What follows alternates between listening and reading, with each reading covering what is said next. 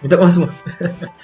Tadi saya tengah baca buku tentang motivasi sebab inilah saya rasa kita semua perlukan motivasi sekarang kan. Anyway, cakap pasal buku. Kalau cakap pasal buku, kita mesti fikir pasal belajar, betul? Tadi saya baca buku untuk motivasi je, tapi kalau saya cakap pasal buku tadi, mungkin ada antara kamu semua yang fikir pasal, oh dia tengah belajar. Kalau contohnya saya cakap pasal cikgu tu, oh belajar.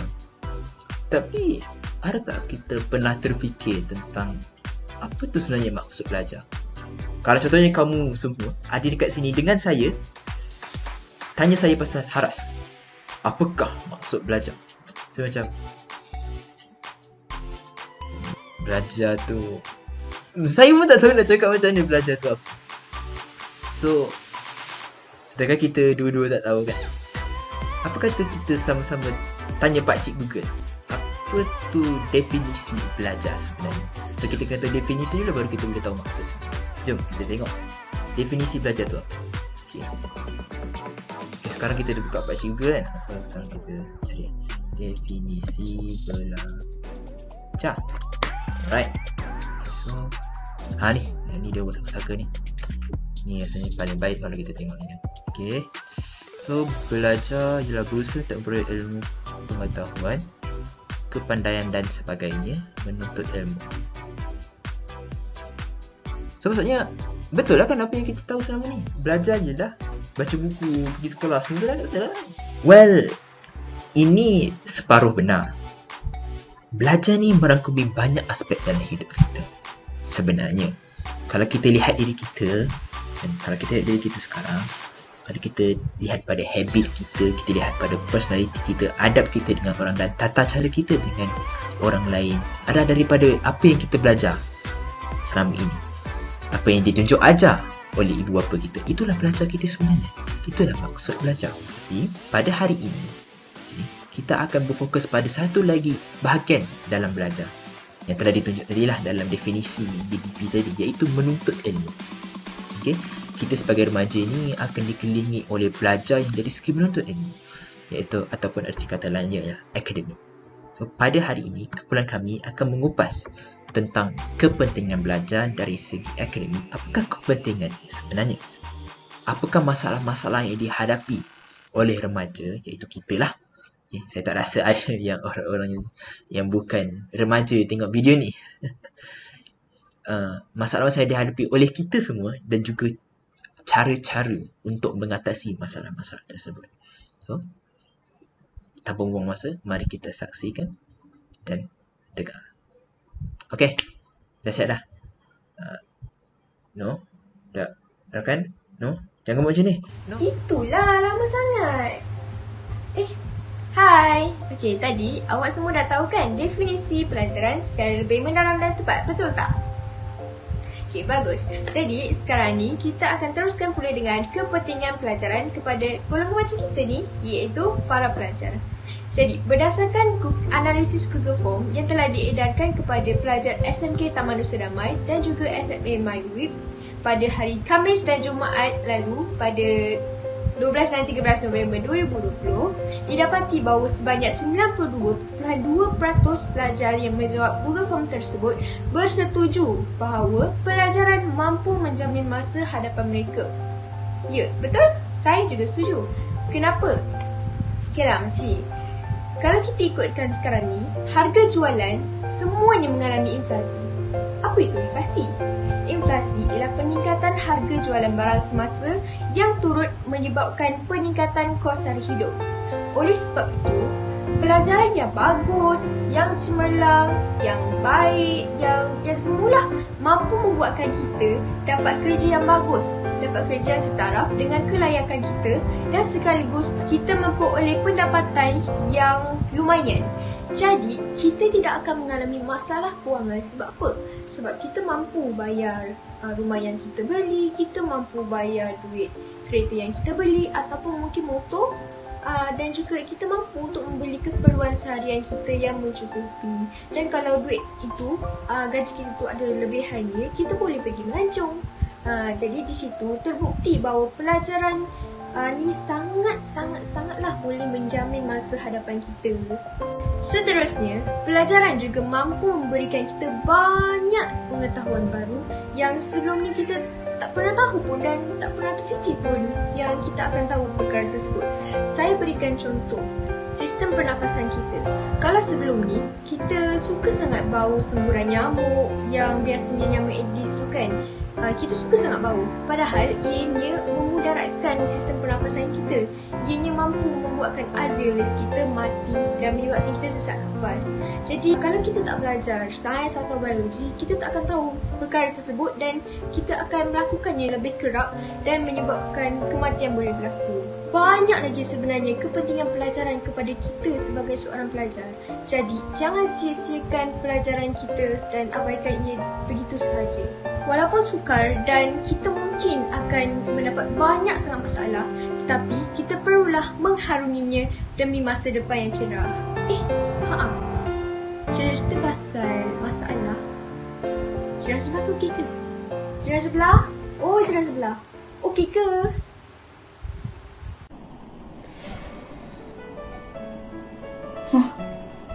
Boleh je, Pak. Boleh sebenarnya tak okey, Pak. Aku tak tahulah, Pak. Aku memang tak boleh lah buat kerja kat rumah ni. Aku rasa tak boleh lah. Dah lah homework aku berlambat. Tak habis-habis. Aku tak tahulah kenapa. Waktu aku malas.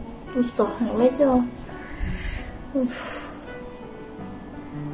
Ke depan tu. Pernah tak lalui situasi macam ni?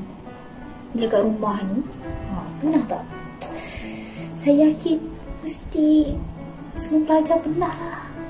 Sebab maknanya saya pun pelajar kan, saya memahami. Jadi sebenarnya dia banyak faktor tau jadi macam tu. Antara salah satu faktornya adalah disebabkan masalah sikap diri kita sendiri. Apa dia tu? Jadi mesti yang kat depan ni tertanya-tanya kan, apa sikap-sikap tu kan. Oleh itu, hari ini saya nak berkongsi dengan anda 2 masalah sikap yang dikatakan sering jugalah pelajar lakukan yang menyebabkan pembelajaran mereka terjejas. Yang pertama, tidak pandai menguruskan masa. Maksudnya digagal lah mana sepatutnya didahulukan, mana sepatutnya diketepikan. Kan? Kalau kita tanya orang yang berjaya lah kan, mereka akan cakap pengurusan masa ni amatlah penting. Jadi itulah kenapa kalau buat kerja rumah tu, buat kerja cikgu bagi tu rasa tak cukup je masa kat rumah ni. Kenapa? Sebenarnya kan, kita ada sikap yang suka melengah-lengahkan kerja. Kalau contohlah kan, kalau cikgu, kebanyakan cikgu sekarang akan bagi tarikh untuk hantar kerja 2-3 hari lepas tu ataupun hujung minggu. Kalau hampir semua subjek kita tak buat waktu masa yang terluang, nanti masa nak hantar tu mulalah gelabah, mula sama stres, tak tahu mana satu nak kena buat dulu. Dan kesannya kerja kita tak akan berkualiti dan kita rasa tak puas hati nak hantar kat cikgu. Senang cerita asal hantar lah macam tu, kita tak nak tu. Tapi kalau kita gali lagi, kenapa yang kita ada sifat suka melengah-lengahkan ni? Sebenarnya dia berkaitan dengan poin yang kedua untuk masalah sikap ni. Apa? Lalai dengan hiburan secara berlebih-lebihan. Jadi Kenapa kita lalai? Ini suka sangat layan dengan hiburan. Kenapa? Sebenarnya kan, kita tak menetapkan azam yang tinggi untuk percaya pada masa hadapan. Sebab itulah kita leka, kita layan siapa yang kita nak. Kita tak fikir kesan baik atau buruk akan terjadi. Cocok. Tadi saya ada cakap kan, ada kaitan antara tidak pandai menguruskan masa dengan lalai dengan hiburan kan. Okay, jadi saya bagi contoh lah supaya kita senang nak hadam, kita senang nak faham. Contohnya saya ambil Instagram. Jadi kita selalu niat nak tengok Instagram ni kejap je 5 minit, 10 minit. Tiba-tiba tengok kita scroll suka hati kita dan tak tengok masa, tengok dah habis scroll kan.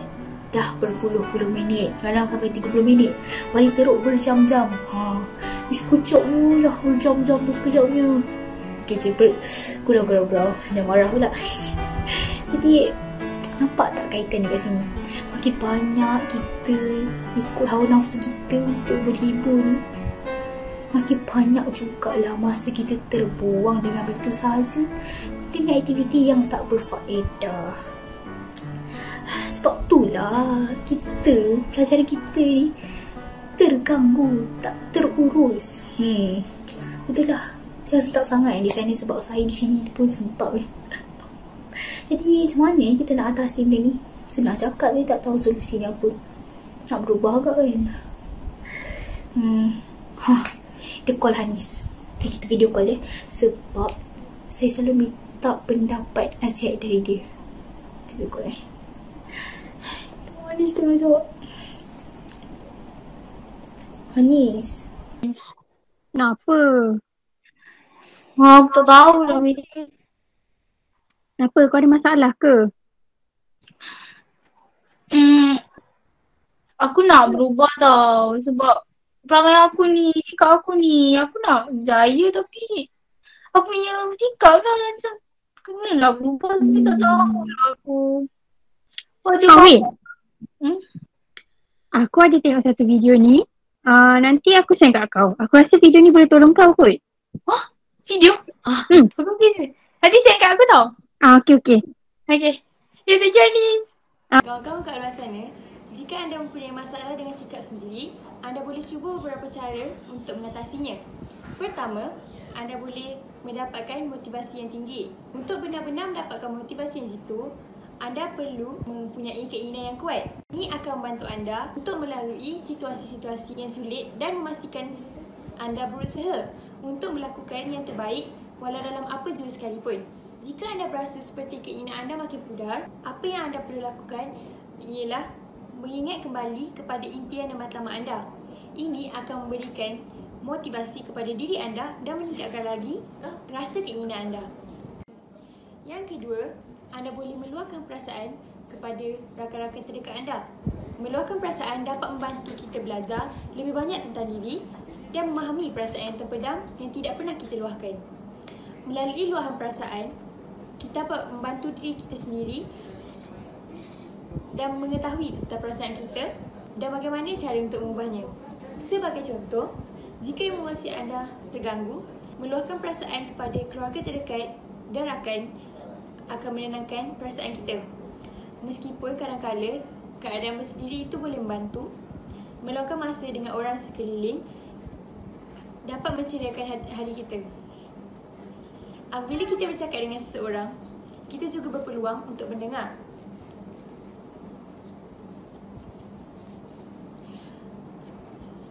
Apabila kita bercakap dengan seseorang, kita juga berpeluang mendengar luahan perasaan mereka.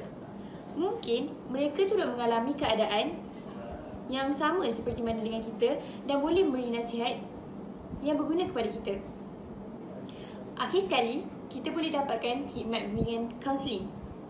Khidmat bimbingan kaunseling bertanggungjawab untuk membantu murid bagi meningkatkan self-esteem, kerohanian, pengurusan tekanan, kemahiran komunikasi dan kemahiran SOP. Semua aktiviti yang dilakukan bertujuan untuk meningkatkan kendiri dan sosial murid serta meningkatkan tahap kesejahteraan mental murid agar dapat menyeimbangkan antara tuntutan kehidupan dan tuntutan belajar. Akhir sekali, kita boleh mempraktikkan cara-cara ini untuk belajar dengan lebih semangat dan lebih berkesan. Sungguh berjaya! Aku harap Iris boleh ubah sikap dia. Apa ni?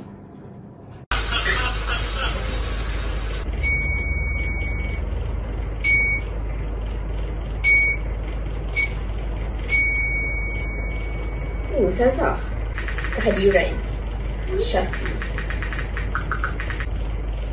Kehadiran dah tersambung lah. Ya Allah, ada juga orang macam ni. Astaghfirullahalazim. Jadi, untuk segmen Syafi sekarang ni, Syafi akan mengupas berkenaan dengan masalah teknologi dan sosial semasa sesi pembelajaran Perintah Kawalan Pergerakan. Kita ambil contoh sketsa tadi berkait dengan masalah teknologi. Okey, kita dengar masalah teknologi. Masalah teknologi ni sering dikaitkan dengan penyalahgunaan teknologi.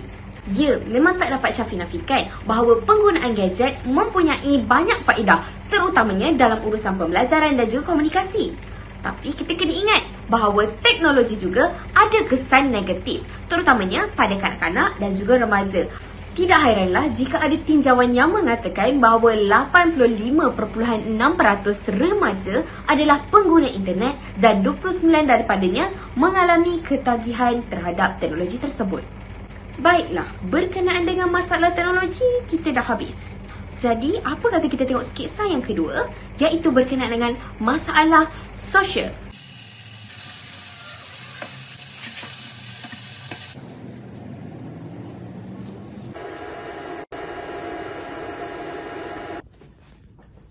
Angah.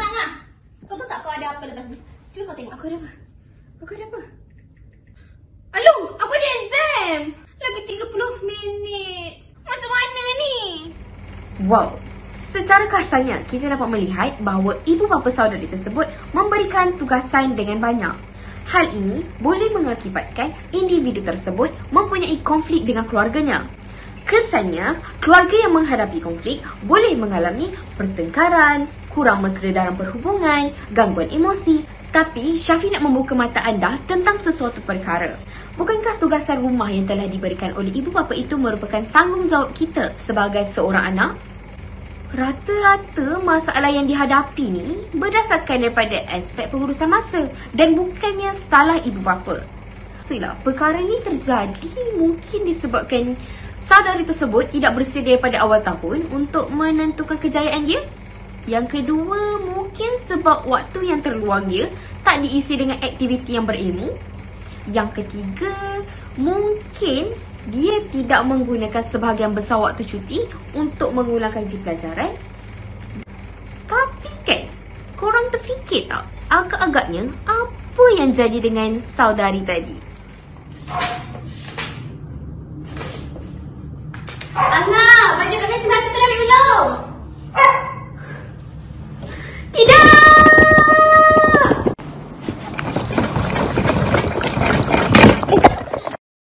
Jika kita mengalami masalah seperti ini, apa yang perlu kita lakukan? Masalah penyalahgunaan teknologi. Cara penyelesaian pertama ialah menetapkan masa untuk bermain gadget. Contohnya belajar selama 30 minit dan berehat selama 5 minit. Dan pada ketika itu, bolehlah anda bermain gadget. Fikir tak kenapa kita tidak boleh main gadget terlalu lama? Ini kerana apabila mata terdedah dengan skrin dalam masa yang agak lama, ia boleh menyebabkan mata kita menjadi kering dan rosak.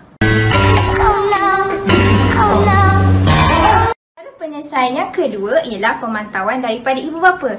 Contohnya apabila anda hendak belajar, anda boleh memberikan telefon bimbit kepada ibu bapa. Ini menyebabkan anda lebih fokus dan tidak terganggu. Kedua, kurang motivasi. Cok, tahukah anda tugasan yang diberikan oleh ibu bapa adalah tanggungjawab dan kewajipan, bukannya satu bebanan. Membuat jadual belajar. Tetapkan perkara yang anda perlu lakukan pada hari itu.